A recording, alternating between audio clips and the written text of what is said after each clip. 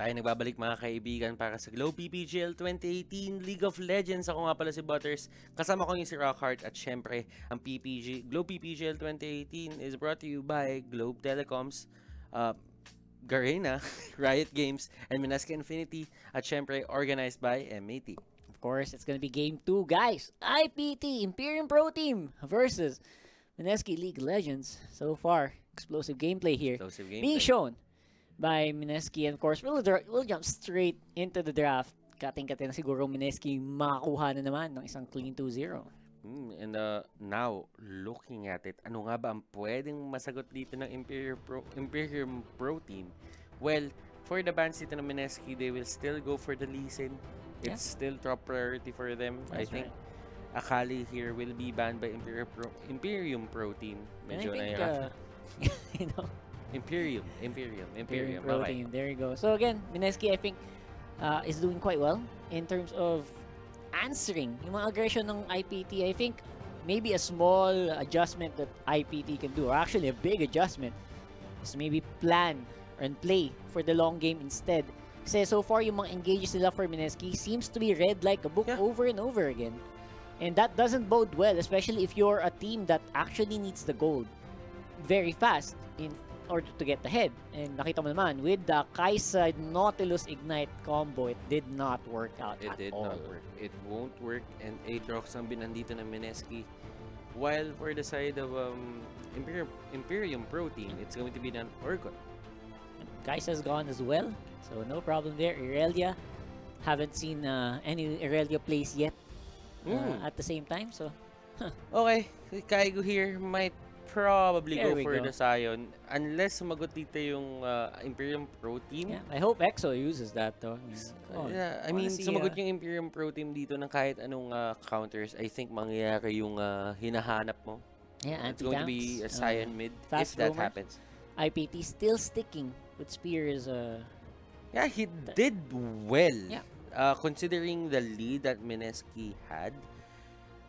Tama yung ginagawa ni Spear buong magdamag, and they will go for the Varus this time. Yeah, hindi mo din masabi na mali yung palpak ng robes ni ano. Yeah, hindi mo masabi. Ang ganda naman eh. Sakto yung timing, kina-cut off niya from tower retreat.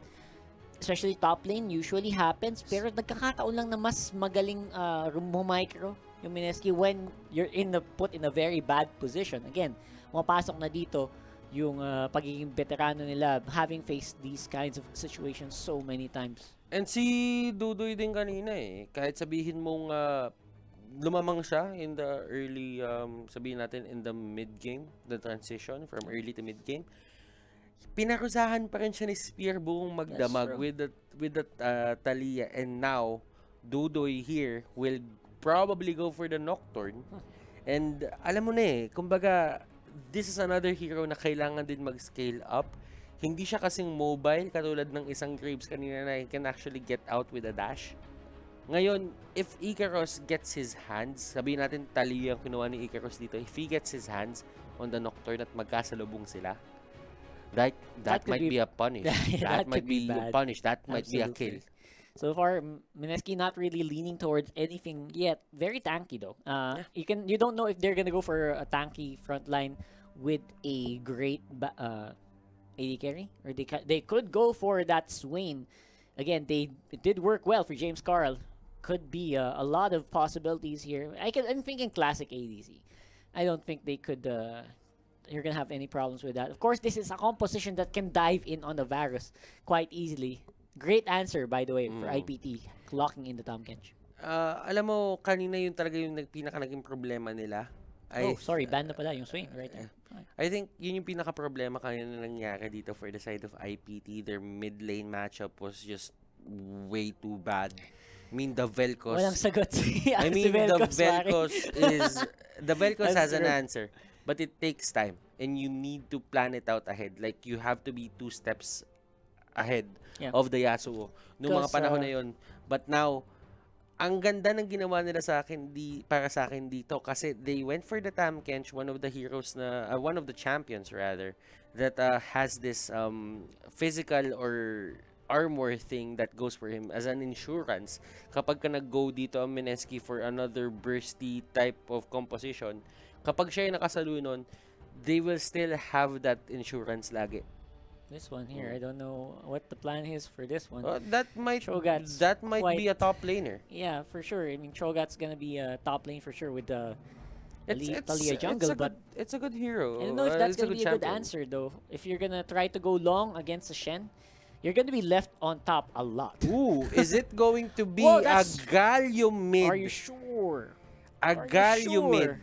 Possibly. If it gets locked in, that's good. It is locked in. Yeah, support. It's gonna be support for sure, Shen. And then we have Galio mid, TG top. Sorry, Sion top. That could swap out, but you know, Galio's better on mid, definitely. Galio is better on mid. Yeah. And looking at the lineup na ginawa dito ng Mineski, they have 3 champions, the Galio, the Shen, and the Sion, which can tank up all the damage coming out from Imperial Pro Team while protecting James Carl. And James Carl will use his bullet time dito.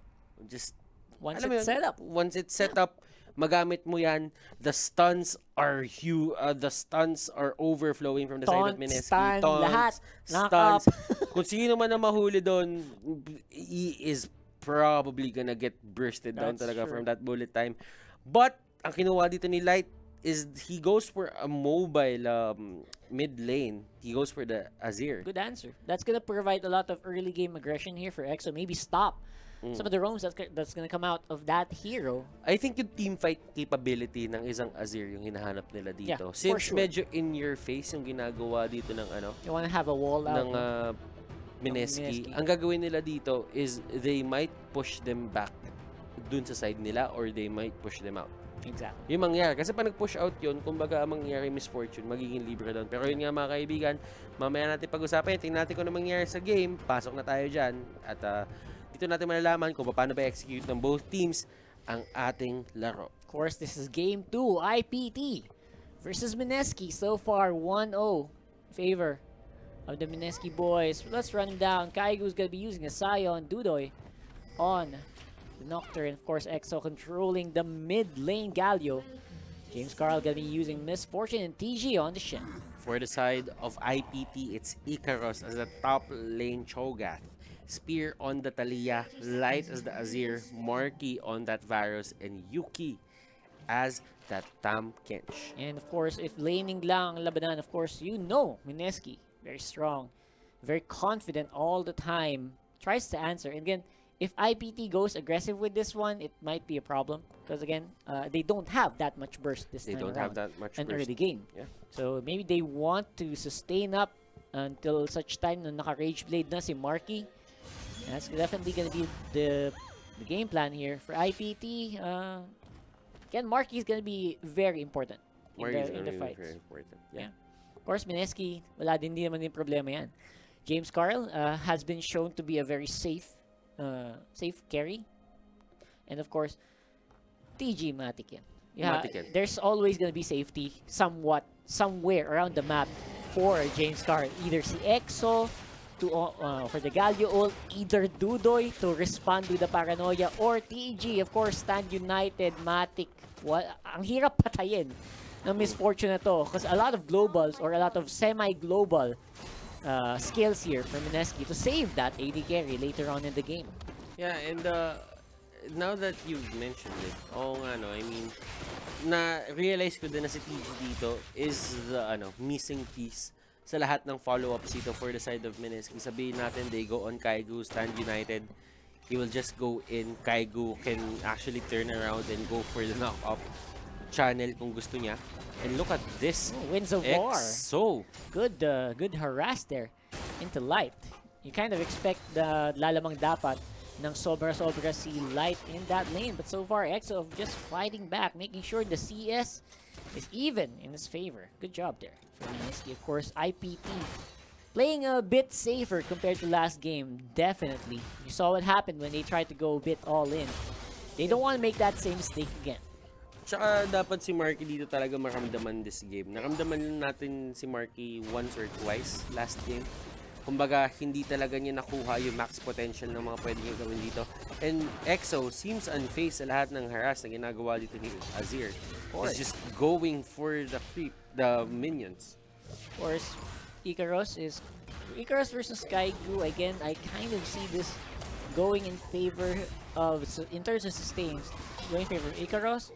Of course, Skygu will have a more global presence, more presence in the team fights once they get going. It could be a problem. Again, teleport just gonna be there for Icarus. And of course, Skygu, hindi naman din magpapatalo yan sa pressure. Hindi magpapatalo yan. Kumbaga, kapag ka makakapoke siya ng isa, pupok at pupok yan. Kumbaga, tamang ano lang. Oo nga naman. Tamang ikot lang, tamang init lang siya dito. Alam niyang mahirap din sa kanya makipag-trade dito. Pero once he finds the right timing to do so, he will just go for it. He has the corrupted potion, so alam mong kapag ka nakuha niya dito yung mga skills na gusto niya or yung positioning na gusto niya, yan, just parang use ganyan. Ganyan lang. Poke lang. Tamang init lang. Hindi mo kailangan magmadali masyado. Of course, he has that shield non-stop to stop some of the pressure here. From Icarus, so far, mana problems ang kinakaharap ng tropa nating si Icarus on top lane. Mid lane, EXO tinitiis niya ang sakit para lang makuha ng CS, and he is keeping toe-to-toe. Even dodging the gank there by spear on the Thalia. Look at this. James Carr is just getting all the gold that he can get. Yeah. Wala, uncontested sila dito. Talagang kahit sabihin mo yung poke comp dito is Marky and Yuki, hindi sila nakakapag-poke as much as they want to. Totoo yan. Of course, Mineski is gonna be the team who wants to get this done bright and early habang tangke pa yung mga tangke nila. Habang tangke pa yung tangke nila. Kasi mamaya, hindi na tangke yan para kay Marky. Ano na sila mamaya? It will be a tan na lang. Kulang tan. Wala na eh.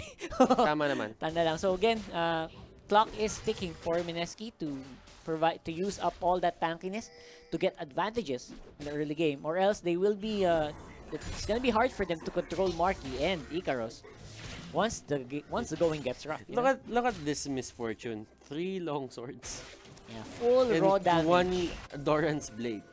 Ewan ko lang kung hindi ka pa masaktan dyan. Of course, that's gonna be used mostly for getting the last hits against Marky as well. Of course, Yuki, medyo magsasuffer din ng sangkatutak. It will hurt. Of course, Mineski, they're just going safe and sound. On top lane though, it's a different story. And Dudoy dito, nagparamdam na siya ng presensya niya. He's not gonna be static. And hindi siya magiging passive. Chill lang. Dun sa may jungle. Kailangan gamitin niya yung pressure niya. Gonna go in and out of it.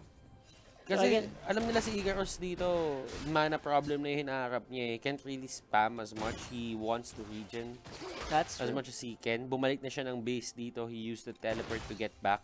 And ito yung pinakamagiging edge ni Kaigo. I mean, Kaigo dito, kahit sabihin mong wala na rin siyang teleport just because of his ultimate. Yeah, easy mobility. Into the targets you want. Of course, Marky gonna get dodged out by James Carr. A lot of harass here from the Mineski lineup on the bottom lane. Top lane naman, spear ang lalaban. And of course, he uses that ultimate to get out and get back in. Apparently, cancels it just to get vision of that Thalia. Hindi na nag-iisip dito si EXO parang lahat ng damage output na ginagawa dito ni Azir, ninenegate niya na lang. Sasaluhin ka yan, basta saluhin mo din to. Etong wins na napakasakit din naman. He's gonna use that to get the CS. Hindi siya lumalayo. Of course, bottom lane getting harassed very well for IPT so far.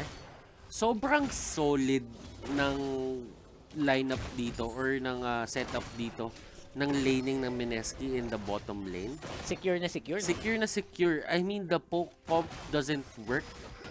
Kumbaga, in terms of poking, pakiramdam ko mas superior talaga sila dito. Pero sila pa yung napopoke ng todo-todo. Absolutely. I mean, super long range Varus skills can only do so much if it gets regenerated again because of high lifesteal values for James Carl. Good shot. Every shot counts. Of course, every shot regenerates HP. Kaya, of course, limited lang yung mana ni Marky. Looks like Marky gonna get devoured out of the way. Again, the threat is real for PG. But here comes the aggression. Nandito na ata mga kaibigan. The paranoia will be thrown out. 2 flashes will be used. Nakapag-flash din si Marky doon. Kahit hindi siya yung target. Of course, si James Carl, meron pa yan. Can be used later on.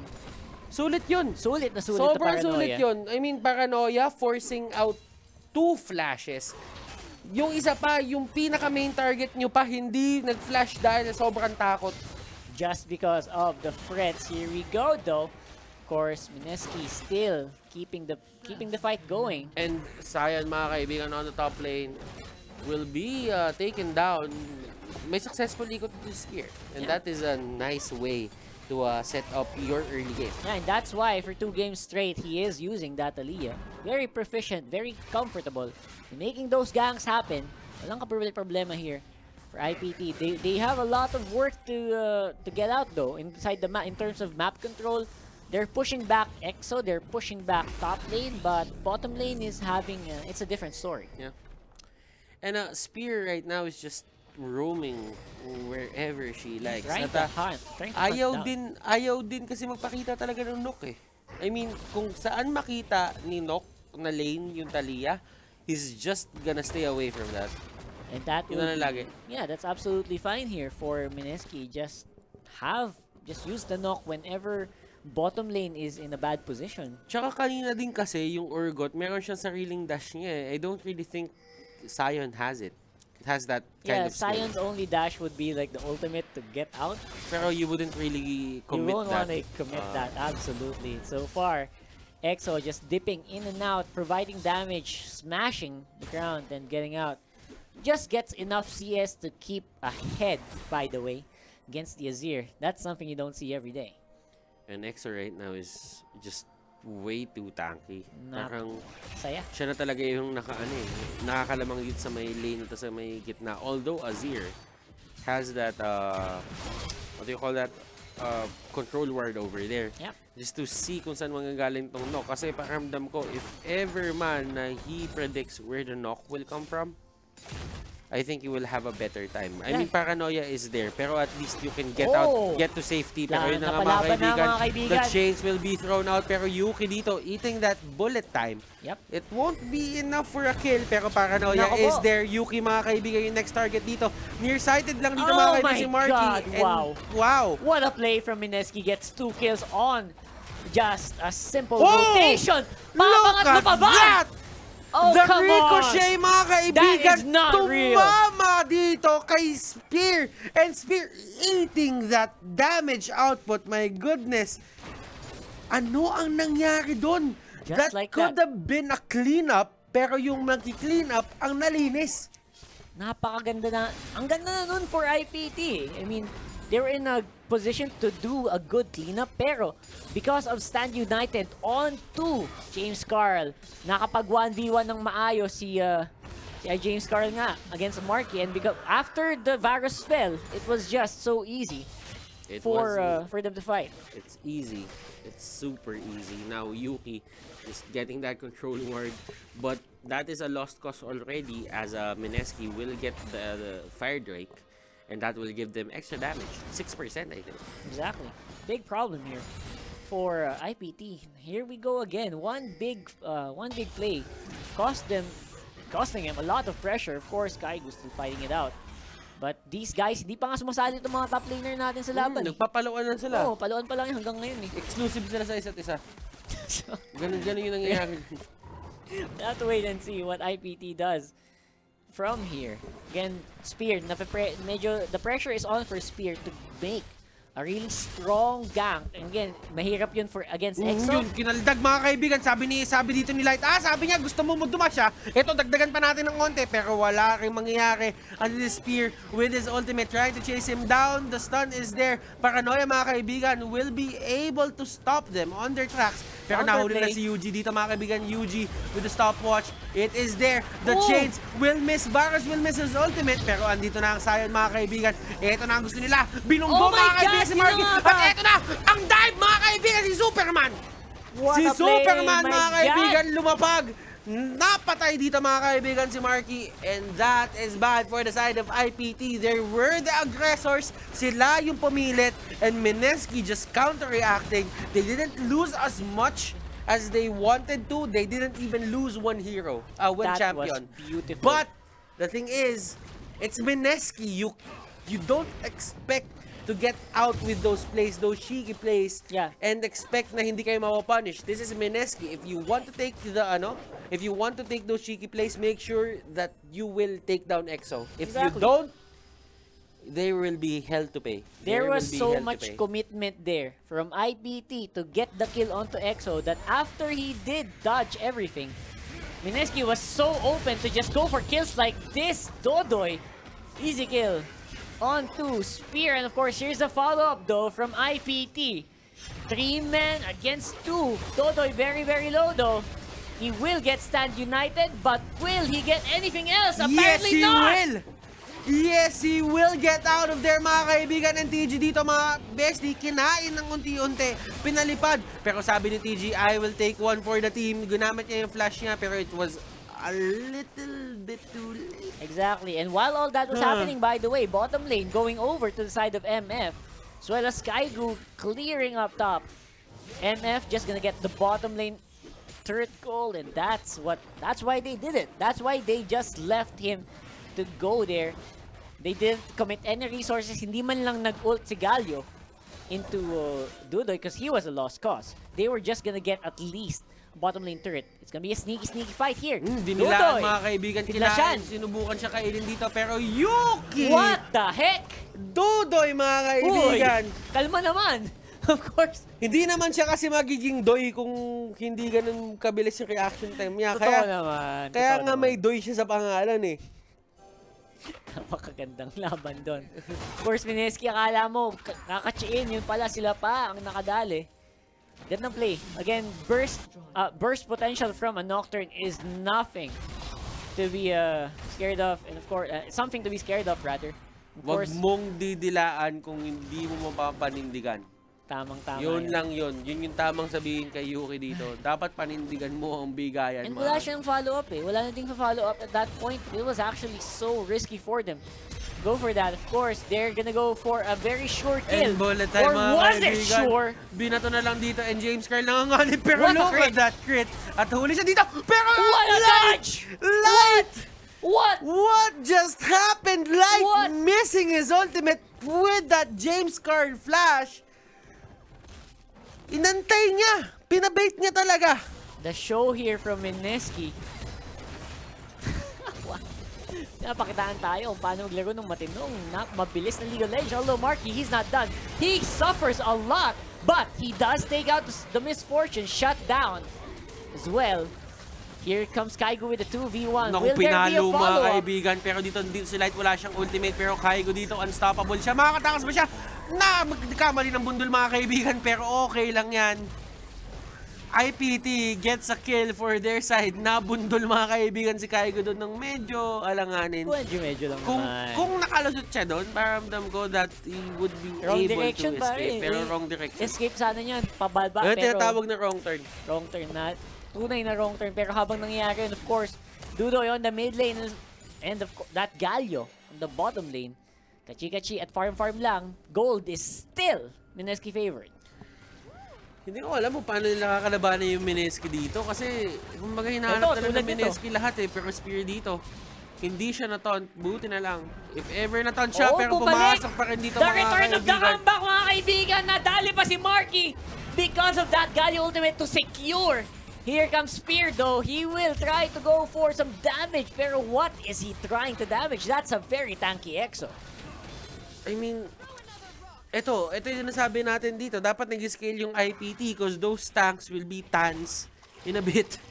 But, problem is, kung ganito ang ginagawa ng Mineski, aanuhin mo yung Varus kung 0-4-2 siya ngayon. Aanuhin mo yung Varus kung 5-0-2 yung Nocturne ngayon. Yung mga tank magiging spank. Kasi napakasakit nila mga kaibigan. Of course, blue team securing that dragon as well. Mineski getting all the advantages around the map for 4.2k gold lead, and they have control of the minion waves.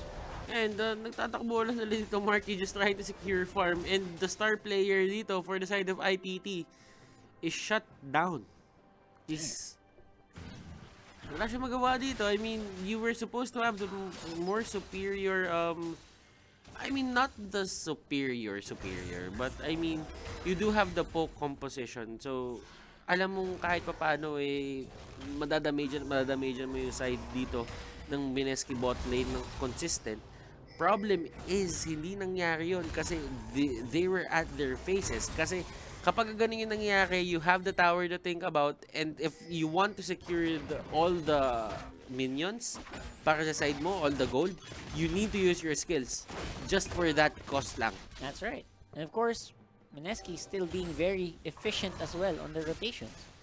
So, pinipilit din nila sumagot yung IPT all around the map. Of course, IPT, they try to make the pickoffs like this right now. TG in a very bad position. Although, of course, while all that is happening, Mineski also getting the Rift Herald. Napakagandang trade-off. They do pressure top and bottom lane. Non-stop waves. Endless wave of creeps here for Mineski, fighting up and chipping away each and every time they go around the map. Ganun lang talaga yung gusto ni EXO dito eh. Just wants to stay in lane. If ever mag-react dito yung yung IPT and they go that way, tutulong yung Mineski sa kanya dito. And vice versa, ganun din naman. If nandun yung laban sa ibang side, ooh, nice escape there. if nandun yung laban sa ibang side, kung iisipin mo, mamaya natin pag-usapan yan. Pero muna. dito nearsighted siya and Varus. Uy, di pala yun si Varus, si Azir pala yun. And TG going for the taunt and that is a dead light, mga kaibigan. Pero si Dudoy dito, kailangan niya tumakas and he will just wait for the creep waves. The Rift Herald was thrown out and this is going to be a dead inhibitor in a bit. Pero sumasagot dito ang IPT. Sumasagot ang IPT dito, mga kaibigan. Hindi makapunta dito yung IPT sa may backline. Kailangan nila i-take down to. Pero yes, they will get it and they will stop the siege. At least nung papatay na yung inhibitor, dun nila na-take down bigla-bigla itong Rift Herald. But again, that made IPT commit so much into the defense. They left top lane. Kaigu gonna be left alone here. He forces out the flash. Of course, Spear still on the chase kahit ganon. 3v1. Humaharap si Kaigu. Sasabihin niya, let's get it on, and Galio, mga kaibigan, pumasok na knockback dito. Pero kinain dito ni Yuji. Pero ano pa magagawa ng kain mo? Tatlong tao na ton dito, mga kaibigan. Pero walang knockback na nangyari. And Marky still going down. Spear, very low. Nahuli pa si Yuji dito ng taunt. And Spear is actually one kalabit na lang, mga kaibigan. Pero Yuji dito gusto niya kainin si EXO. Pero si EXO dito ay mapapasubo, mga kaibigan. Pero doon sa may gitna, 1v1 with the Great One. James Carl dito, Inicaros is trying to fight it. Man to man, bullet time. The flash will be used. Kailangan na umalis si James Carl dito. Azir is here. Ito na ang pinaka-problema niya. But hindi na nila pipilit yung laban. Over and over again, Mineski, ang kwento, laban sa isang parte ng mapa. Kachi-kachi sa torre sa kabila. And of course, Mineski doing that so well. James Carl, Kaigu ito, suntukan. The boxer build, mga kaibigan. Is a blow. Oh no. Okay. It's a no-no. It's a no-no. That's nice. Although, of course, malaking problema pa rin to for IPT. Laging may free hit ang Mineski somewhere else around the map. Hindi sila nag-full 5-on-5 commit. 4 lang pinapadala. Tapos isa, kung makakachi sa kabilang parte ng mapa, paulit-ulit lang na ganun. And so far, Mineski getting advantages pa over and over again. 6-0-2 na. Yung Nocturne na to, of course. Naku, si Marky dito, nagdasal ng onte. 0, Sabi niya, naniniwala po ako na kaya namin makabawi dito. Exactly. Nag-bypass na siya ng Rage Blade. Diretso na lang siya sa Ruin King. And he's still not able to do that much damage onto the front line of Mineski, which is exactly where you want to be. That's exactly what they want to happen. Ito na si Baron, mga kaibigan. Tara na. Ito na. Hinahanap niya ang Ito na ang laban. This might be the fight that actually decides the outcome of this game. And Mineski, inipit nila. Alam nilang crucial tong fight na to. Pero si EXO pumasok lang doon casually. Ito mo. Gusto nyo tumuton. And of course, mahuhuli niya si Icaros. Spear, iniisip pa, babackup ba ako? Hindi, mukhang iiwan na lang natin. Or will I? Here comes the rest of the team. 5 members here for IPT. Yun, mga kaibigan. Okay. Pinil niya ng onte. Masakit, pero still, Pinil niya ng onte. Pinok niya ng onte doon para kahit paano hindi lalaban ng IPT dito on full health kapag pinilit nila. They're still gonna go back, of course. Mineski gonna be forced into a very defensive position as well. Not gonna allow, not being allowed. Kaigo, mga kaibigan, gutom si Kaigo. Wala. Hindi pa naman. Okay lang. Wala. Threatening making sure na may vision sila and making sure na walang paikot-ikot na control ward dyan habang nag-setup sila at nag-re-regen para sa pangalawang laban around the Baron area most likely. But a lot of pings coming around on the bottom side of the map, bottom inhibitor at yung Dragon. Dodoy, nakahanap ng target. Nagkaulian sila dito, Dodoy mga kaibigan. Doy! Kaya mo yan, Doy! Pero TG dito, pinipilit siyang tulungan, pero Dudoy will go down. He does have the GA. Ito ang magiging problema. Kakayanin ba nila tumakas dito? And he will get shut down. Pero dun sa may taas, natanggal nila yung tower. Pero andito na mga kaibigan, si Galio, Superman! Spear dito, trying to run away. Bumaba pa si TG doon para sure lang na makuha nila yung kill. Pero Icarus will just back off. Hindi niya nakaya yan. There you go. For Mineski, they get Spear na kanina pa silang pinipesi, kanina pang pinipigilan yung mga plays nila. Of course, Mineski, they're very much in control this game. They could go for a Dragon or they could also just keep shoving up bottom lane to make sure they can get pushed into that inhibitor. Yun ang pinaka-goal ng Mineski here. Kita nyo sa ping yun kanina. They want to get that inhibitor. They want super creeps. Super creeps going into the base, of course. Still a question of, will IPT try to defend and will IPT just try to go somewhere else on the map? I mean, wala pang ibang nahahawakan ng IPT na parte ng mapa, wala pang nabasag na torre. Again, yun ang malaking problema nila, kaya ganyan yung gold lead. Yeah, and now, nakikita naman natin kung paano kinokontrol ng Mineski to eh. It's not that IPT doesn't want to get towers. Gustong-gusto nila kumuha ng tower. Naniniwala ako. Gustong-gusto nila kunin yung mga turrets ng kalaban ng Mineski dito. Problema lang talaga kasi, every time na nangyayari yun, may lumalapag, may bumubunggu sa kanila, may tumatalo na nakaparanoia. Yun yung kailangan mo, you have to deal with those stuff. And you can't really relegate one person to do those things. Ang pinaka maganda mo may relegate dyan, probably, is the Cho'Gath or Marky. Pero alam mo yun, with the lineup na ginawa dito ng Mineski, parang wala talagang way to go for a push. Absolutely. I mean, push is the big question here for IPT. Can they get at least something out of the map? Aside from continuously answering the fights from Mineski, I mean, lagi na lang. Like, sasagutin ba natin to? Push ba? Laban ba? Pero walang nagaganap na creep waves. Ito mga kaibigan, si Yuki napatakbo na lang dito, napa-flash out, pero wala atang magagawa. Hindi niya din mapapop yung armor na nakuha niya. Easy pickings lang. From Mineski, of course, that threatens a 4v5 fight. Will it be around the Baron or will it be near the base? Looks like they will try to go for mid. Tinayo na mga kaibigan ni Azir. Yung kanyang turret dito is just gonna do that to stall the game a bit. Yeah, exactly, and of course, we'll have to wait and see what Mineski does, what IPT does in return to this. Parang wala lang. Red turret destroyed. Pero nagkabundulan agad dito mga kaibigan. Kaigo. Si Spear! Natanggal agad si Spear. Ito ang pinaka-problema natin dyan. Nahuli lang si Spear. Pero ito ang pinaka-problema mga kaibigan. The bullet time will be thrown out. Inhibitors are exposed. Ito na ang gusto ng Mineski. They want to end this fast. This is the prime time for them to do so. 2 tons mga kaibigan. Nahuli pa dito si Yuki. Si Icarus pinipilit lumaban. And the ultimate from Galio will be thrown out. That's cancel niya dito. Naipit mga kaibigan si Kaigo doon. Pinush siya doon sa may tower. Pero natulungan pa ata sila. Misfortune will fall down at the hands of the Varus with the help mga kaibigan nung ultimate ni Azir. Yep. And IPT still hanging on. Yep, Light with the miracle play onto James Carl. Of course, nung nawala yung Misfortune, nawala din yung power nila to make a long-range tower break.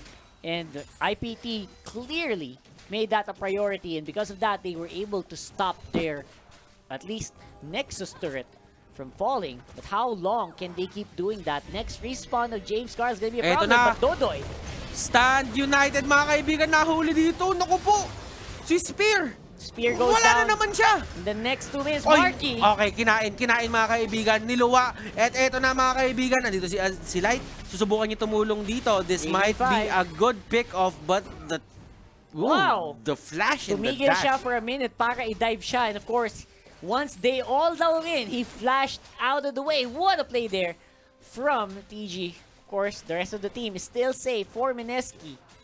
still looking for the next big push, and looks like, judging from the pinks, it might be a big Baron play here. Just gonna clear out the wards and look for the next fight. Of course, IPT still in a very, very tight spot. And hindi mo din sila maisisi. I mean, in terms of tight spots kasi, if you would look at the items, item discrepancy between Misfortune and the Varus, alam mong may problema kayo eh. Yep, penetration pa lang, wasak na eh. Tapos, ayan, tapos Rage Blade way too late. Second item is coming into 3.5 here for Misfortune. Wasak na nga talaga mga kaibigan.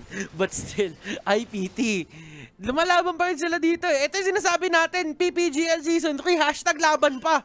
Walang susuko. Laban lang ng laban, of course. IPT still holding on, using the wave clear of Light. Still doing it very well. Of course, nandiyan pa rin si Spear, naghahanap pa rin ng targets. Question is, will they make targets that they need? Okay, Spear here, just throwing out the rocks, just, you know, zone out someone para makuha niya yung, yung ward over there. Exactly. Ang problema, masyado matalino yung sige na Oo. IPT, of course, IPT. They have a lot of wave clear. Wala namang question dun. Yeah, they have a lot of wave Kaya clear. nilang yung makipag-wave clear, magdamagan ng tanong. Kaya ba nila makipagsabayan pag nagsidive na mga tropa natin sa Mineski, of course. Dudoy, once you paranoia in with the Galio ult, once TG goes in, or once Kaigo goes in, isa lang ang pumasok, lahat kayang-kaya nang magsiksikan. Kaya na magsiksikan, tama ka naman doon. Pero eto, Spear mga kaibigan, sa gitna, pero ito si Yuki, dila-dila lang talaga eh. Dila-dila technique. Dila-dila technique lang tayo. Pasok-pasok dyan. Oo, ito, mga kaibigan, may sinipa doon. Pero ito, the turret will be up, mga kaibigan. Pero doon sa may likod. Anong ginagawa mo dyan, boy? Oh, hindi umabot. And the flash is there. And Nocturne, mga kaibigan, trying to go for him. The Ignite will be thrown out. At eto na ata ang laban na hinahanap ng Mineski. Right there with the ultimate. Pero napalala lang ata yung desisyon. Nahuli ata dapat si Marky doon. Pero still, makakataka siya. He does have the flash. And EXO and the others, did they just make a mistake na hindi dapat nila ginawa? Nawala agad yung tropa nilang MF, and because of that, wala din yung DPS. Kinulang yung DPS ng Nocturne and of course Galio. It was actually just an all melee composition after Misfortune disappeared, and I think that's the key to victory, a key for a comeback here kung sakali. For IPT, they need to wipe out James Carl right away. Focus all of your resources there, and because of that, you could come back from this possible defeat. I think the aggression coming out from Mineski bit them on the behind kasi kung iisipin mo sa kanila na yun eh. They got Spear fast and just because hinabol nila si Marky to the fountain way too hard. To the fountain, that's overextension. Like, you overextended na dun sa third game na itong larong to. Kapag ginagawa niya. Overextension at its finest. I mean, the gold lead is way steady. But still, you are ahead in items. You have to utilize that as much as you can. So far, that's not happening here for Mineski. And they're slowly getting pushed back here by IPT. And now, the Baron, I think, is up. So, that is the next objective for these two teams. And Mineski, they're setting it up right now. Pero yung IPT, looking at the wards they are placing on this, they know that they can't give it to Mineski. Yeah. With that team fight win, that gave them a glimmer of hope. Na parang, okay, kaya pa pala natin to eh. Huwag natin isusuko ng isusuko to, men. Laban lang tayo. Laban pa. Bakit natin susuko bataan ko? Pwede naman tayo makipagsabayan. Here we go though, Mineski. Using up a lot of resources. Whoa! What a play here for Mineski. Pero ito na mga kaibigan, Superman, IPT dito, biting off more than they can chew. Ilgaros will go down. Nandun, may tao pa. Si Tamkens, hindi nila pinansin. And mukhang wala silang pakialam so far. Mineski just running straight to the base. Ito sabi niya, si Spear tayo. Habulin natin lahat yan. Oy, come here, isang barangay. Wala na, ayaw na nila, hindi nila pinansin. Sabi nila, taka, tulak na lang tayo. Wala na yung Chogat, wala na si Marky, wala na si Light. And this is looking like it's gonna be the last push here. Death timer still 25 seconds. On to most members of IPT. It could be an open inhib and possibly a Nexus turret. Slash in by James Pumasok Carl! si James Carl! Walang iniisip! Exo mga kaibigan with the kill, and that is it, Pansit! Mineski, a clean 2-0 sweep. Pero ano They're dancing behind. Okay, gusto talaga nila to. Pinapasarap pa. Pero hindi, pinapatagal lang nila. Ay, nako, pinatagal niya yung laban. Pinatagal pa nila ang labanan, mga soy. Mineski, ano yan? Mineski. Nagpapahabol pa. James Carl does secure that kill, but that was questionable at best here for Mineski. Already a done Baka game. wala na rin silang baka wala na silang minions. wala na silang minions. I guess that is a possibility. Of course, Mineski still pretty much poised to take the victory. IPT on the back foot, losing two members actually. Magre-respond pa lang si Spear. All and cleanup. inhibs are down, mga kaibigan. Sure kill daw ang Things gusto ng are Mineski. looking bad. Well, things are bad. Not looking. Things are definitely Things bad are definitely bad. Minions na lang ang kailangan ng Mineski dito para matapos ang laro. They are gonna go back. They're gonna wait for the next team fight. Of course, all the inhibs are down. Open base here for Mineski. Tower is very close to death as well. Last tower standing there for IPT. And ito yung maturity na pinapakita ng Mineski. Even though that they have the minions, like, they have it all na. Now, ito yung pinapakita ng Mineski sa atin. Yeah, Hindi tayo mag-rush. Kailangan natin gawin to unti-unti. If we want to win, we need to get it clean. Yeah, we need Hindi to tayo secure. mag-risk. Hindi tayo mag-risk ng kahit ano. Wala naman tayong lakad mamaya eh. So, isagad na din natin yung laban. Pakita natin yung disiplina at yung pinakita natin. Kasi yung IPT, bilang nanalo na isang team fight dito and out of nowhere, mga kaibigan. Uy, napasama nagkaulian mga pa. tol. Pero si Dudoy dito. Galit na galit. Walang binadyan. skill magaganap. Nagkabadyan, mga kaibigan. Yan, flash ng badge sa mukha. Securing that with the smite, of course. This is gonna be Mineski going for the game-winning push. Minions are properly placed around the map. Isang kalabit na, isang buff na lang. Of course, ito, here we mga go! kaibigan, Tokyo Drip. Eto na, sino mabubunggo? Pero, naku po, nilagyan siya ng barricade. Sabi niya, bawal. Tap. Oy, pero eto na, mga kaibigan, bullet time will be thrown out dito. But Nagalio with the ultimate, the two-man taunt dito, nagkaulihan pa. Pinasok nila ng pinasok, mga kaibigan. Ito na ang tinatawag kanina ni Kuya Rockert natin na penetration. But still, gusto pa rin nila. They want blood. At andito na Zonias will be thrown natin. They still want light, and light will get away with his life, pero not with the game as Mineski takes this series 2-0. 2-0 indeed. Mineski clearing it up in fashion, and of course, in proper pro play security, making sure once your objective is done, exit na, and don't go too hard, too fast, without any creeps backing you up. Yun yung tinatawag nating DPT. Discipline ng pro team. Tama. Discipline ng pro team. DPT, yan. mga kaibigan. Kailangan yung i-secure lahat ng pwedeng ibigay ng game sa inyo, at kailangan yung gawin yun in a disciplined manner. Kasi And pag hindi, dun nang gagaling yung mga come from behind victories. Kailangan yung alamin kung kailan kayo pwede lumaban. Pero looking at the highlights right now, parang pumabor talaga sa Mineski lahat ng pinagagawa nila. Exactly. I mean, overall, Mineski pasok ng pasok, laban lang ng laban. And yun ang nangyayari. I mean, they take the fights, they make sure it's a calculated win over and over again. And as you can see, from the replays pa lang, napaka-organized, napaka-linis ng fights ng Mineski. It's very good for them. Again, even though may mga times na parang alangan na sila, tagilid ka na ang vapor. Ito yung highlight Iwas sa sobrang daming ultimate, napakagandang plays. Again, conservative, precise, at on-demand lang. Walang triviality sa ginawa ng Miss Fortune doon. Hindi siya nag-right click. He didn't throw out any skills. Efficiency. Just one press of a button. Just press F, win. Exactly. Press F, get out. Because of that, it's going to be a clean 2-0. Again, napakagandang play there. Again, IPT, they were trying to bank on the ganks of Spear. to make the early game work. I mean, they win. There are still times where they win a clash, pero yung mga big fights, it still goes to Mineski like this one.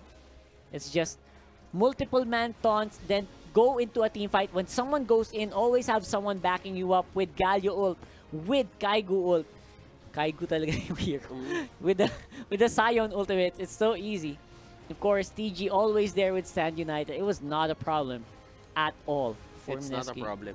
I mean, dito na nakita natin dito Mineski, it looks like they'll win anytime soon. Pero nung mga pangyayari na nalo pa yung IPT, napatagal pa ng onte, and that made Mineski think about their life decisions. At eto na, nakita niyo naman yun, the two-man taunt, lahat pinagbabato nila, nahuli din si Galio, hindi niya nabato yung ultimate niya. Yeah, saving grace for EXO din. Ito yung pinaka team fight talaga. Lutong nung bullet time. Para kang niluto sa sarili mong kinatatayuan. Alam mo yung akala nila kasi panalo na yata. Oy, okay, nakalamang na tayo, habol na. Pero looks like nung sumobra yung habol, ayan, wasak ang base. Of course, Nexus did fall. Mineski still securing kills at the end of that fight. Wow. What a game there from Mineski, clearing out the day for 2-0. Let's look at the brackets. Yun nga mga kaibigan, winners finals dito. It's TNC Pro Team versus Mineski. Bumaba dito mga kaibigan ang ISC at ang Imperium Pro Team to the lower bracket. At bukas, meron pa tayong mga games. I think LB Round 1 will start tomorrow. Asian Arena, Corvenatos, and Vendetta plus Caution. So, hindi pala mangyayari yung rematch ng Asian Arena at ng ISC because Imperium Pro Team ang nag-aabang sa kanila dito. And tomorrow is gonna be a long day. It's gonna be a long day indeed. Of course, that's gonna be starting very early nga pala, by the way. Since Sabado ng bukas, 11 AM tayo. Magkikita-kita, same time for 11 AM, same channel, twitch.tv/PPGL. Follow nyo na, guys. Of course, don't forget, this has been Globe PPGL 2018, brought to you by Globe Telecom, Riot Games, Garena, and Mineski Infinity, organized by Mineski Events Team. Ako nga pala si Rockhart. Ako nga pala si Butters. At magbabalik kami bukas, so make sure na mag-tune in pa rin kayo bukas for more League of Legends action dito sa Globe PPGL 2018. Maraming salamat. Mamba out.